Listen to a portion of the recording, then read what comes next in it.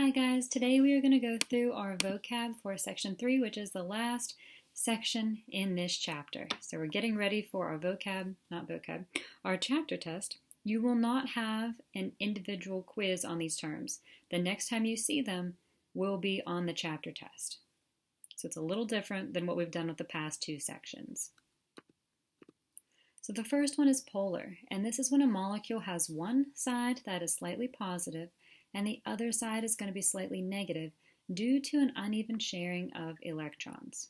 So here I have a water molecule, and you'll notice that this side down here where the hydrogens are has a little plus sign with a little funny squiggly line.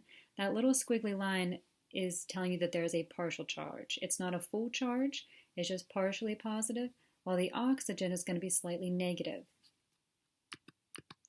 A hydrogen bond is a force of attraction between a hydrogen molecule with an atom or molecule with a partial negative charge. So here we have our hydrogens and they are partially attracted to this oxygen. So positive charge, negative charge, they're attracted, opposites attract, and it's a hydrogen bond. Cohesion. This is an attractive force that holds molecules of a single substance together. Adhesion is an attractive force between two particles of different substances. So that would be like water sticking to a leaf.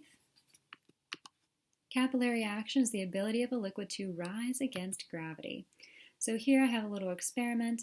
We have yellow food coloring and blue food coloring, and you can do this at home. You drape a paper towel over between the two, and the water will actually climb up through the paper towel and it will empty into this middle cup and they'll mix and you'll get green. A solute is the substance dissolved. A solvent is the substance that does the dissolving, and we talked a little bit about these two words in the last section of notes we did. So here I have my solute, which is a powder, and I'm putting that into a glass of water, which is my solvent, and that gives me a solution of Kool-Aid. If you're looking at these two, we have water and we have Nestea powder. So hopefully you're thinking that the solute, the one that's going to be dissolved, is the Nestea, and the solvent is the water. Concentration is the amount of solute dissolved in a fixed amount of the solution. So I could have a couple sugar cubes dissolved in water, which would give me a small concentration, or I could have a bunch of sugar cubes mixed in water, which would give me a really potent concentration. Solubility, that is the amount of solute that can be dissolved. So the more solute you put in, the higher the concentration is going to be. If you have an unsaturated solution, that means it could dissolve more solute. A saturated solution is kind of the perfect amount. You can't dissolve any more solute. And supersaturated is where you have so much solute in the liquid that you're going to have these little crystals forming, so it's not all going to be dissolved.